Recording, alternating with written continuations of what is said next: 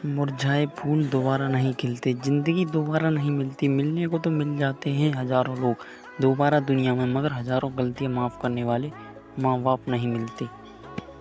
यह कहानी है एक नौजवान लड़के की जो गुस्से में अपने घर से निकल आया है और बड़बड़ा रहा है, छुपा कर रखते हैं सारे पैसे, एक मोटर बाइक ही तो मांगी थी, मैंने कोई खजाना तो नहीं मांग लिया। ठीक है, कोई बात नहीं, अगर वो मुझे बाइक नहीं दिलाना चाहते तो मैं भी जब तक घर नहीं जाऊंगा जब तक कि मैं नई मोटर बाइक नहीं खरीद लूँगा। लड़का यह गुस्से में बड़बड़ाते हुए जा रहा, तभी उसके पैरों में कुछ चुभा। पैरों की तरफ देखा तब उसे रियलाइज्ड हुआ कि वो हड़बड़ी में अपने बदले अपने पापा के जूते पहनकर आया। पैरों में क्या चुभ रहा है यह देखने उसने जूते चेक किए तो उसने पाया कि जूतों में से एक छोटी सी कील उभर आई है जो बार बार उसे चुभकर घाव बना रही है। गुस्से में वो फिर बड़बड़ाया, मैं ठीक ही सोचता हूँ, मेरे पिता सच में बहुत कंजूस हैं, देखो कितने पुराने और क्या घटिया क्वालिटी जूते इस्तेमाल करते हैं, पता नहीं सारा पैसा छाती पर लेकर जाएंगे क्या। लड़का अपने गुस्से और बेबौखलाहट में एक आगे बढ़ता रहा। थोड़ी दूर जाकर एक बगीचे तक पहुंचा, वहां पर बेंच पर बैठ गया। अचानक वहां पर उसे याद आया कि वो अपने साथ अपने पापा का वॉलेट उठाकर लाया था। उसने सोचा आज पता चलेगा पापा पैसे कहाँ छुपा कर रखते हैं। उसने अपने पापा का वॉलेट अपनी जेब में निकाला जो बहुत पुराना और फटा हुआ था। यह वही वॉलेट था जो पापा घर में किसी को छूने भी नहीं देते थे। जब लड़के ने अपने पापा का वॉलेट खोला तो उसमें महज रुपये 120 थे और अपनी फैमिली की फ़ोटो और एक छोटी सी डायरी थी। डायरी को देखकर लड़के ने सोचा, अच्छा तो इसमें छुपा कर रखे हैं सारे राज, इसी में लिखा होगा किससे कितने पैसे लेने हैं या किसको कितने पैसे दिए हैं। अब पता चलेगा कि पापा ने कहाँ कहाँ पैसे इन्वेस्ट कर रखे हैं। ऐसा सोच के लड़के ने जब उस छोटी सी डायरी का पहला पन्ना खोला तो उसमें लिखा था 40,000 बेटे की पढ़ाई के लिए उधार। लड़का यह देखकर शौक हो गया। उसने फिर दूसरा पन्ना खोला जिसमें लिखा था 50,000 उधार नया लैपटॉप बेटे के लिए। यह वही लैपटॉप था जो पापा ने 2 साल पहले ही अपने बेटे को दिया था क्योंकि वह कॉलेज जाने लगा था। लड़के को अब पता चला कि वह जो भी चीज़ें पापा से डिमांड करता तो पापा कहाँ से पैसे लाते थे। डायरी के इन 2 पन्नों ने ही लड़के का गुस्सा पूरी तरह शांत कर दिया और उसके मन को पश्चाताप से भर दिया।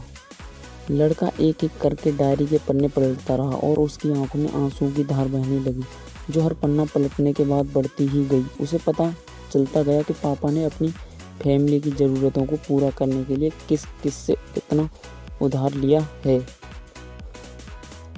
पन्ना पलटते पलटते लड़का पिछले दिन की डेट तक पहुंचा। पिछले दिन की तारीख वाले पन्ने पर लिखा था 50,000 बेटे की बाइक के लिए। इस पन्ने को पढ़ते ही बेटे को लगने लगा कि वो इस दुनिया का सबसे खराब बेटा है। लड़के ने जब डायरी का आखिरी पन्ना खोला तो उसमें लिखा था अच्छे जूते खरीदने हैं। हालांकि यह लाइन बेटे को समझ में नहीं आई, लेकिन वह अब जल्द से जल्द अपने बाप को मिलना चाहता था, इसलिए वह बेंच से उठा और अपने घर की ओर तेजी से चलने लगा। बगीचे के थोड़े आगे रास्ते में पानी गिरा हुआ था जिस पर चलने के बाद लड़के को अपने पैरों में ठंडक महसूस हुई। उसने अपने पैरों से जूते उतार कर देखे तो दोनों जूते नीचे तल से फटे हुए थे जिनसे पानी रिसकर पैरों तक आ रहा था।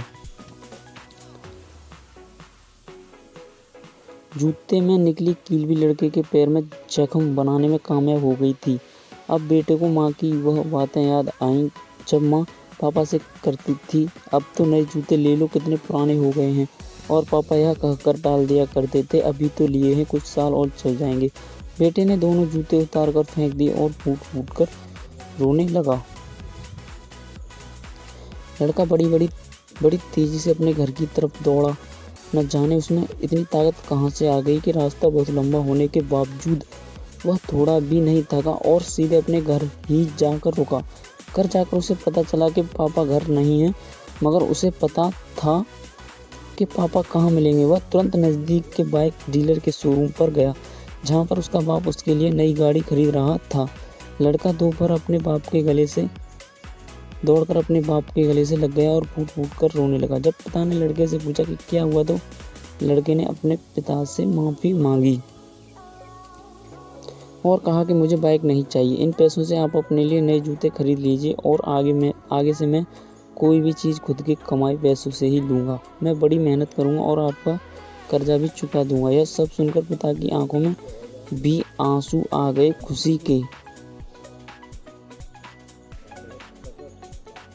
दोस्तों, बड़े खुशनसीब होते हैं वो लोग जिनके माँ बाप होते हैं, लेकिन अक्सर हम माँ बाप की मजबूरियाँ नहीं समझा करते। आशा करता हूँ यह कहानी जानने के बाद आप लोग माँ बाप द्वारा इनकार की गई बातों की गहराई को समझने की कोशिश करोगे। दोस्तों, कहानी कैसी लगी मैं सबसे पहले कमेंट जरूर करना, इन वीडियो को लाइक करना, न्यू सभी तरह की स्टोरियाँ सुनने के लिए हमारे चैनल को जरूर सब्सक्राइब करना और अपने ज़्यादा से ज़्यादा सभी दोस्तों को शेयर करना। मिलते हैं अगली वीडियो में। धन्यवाद।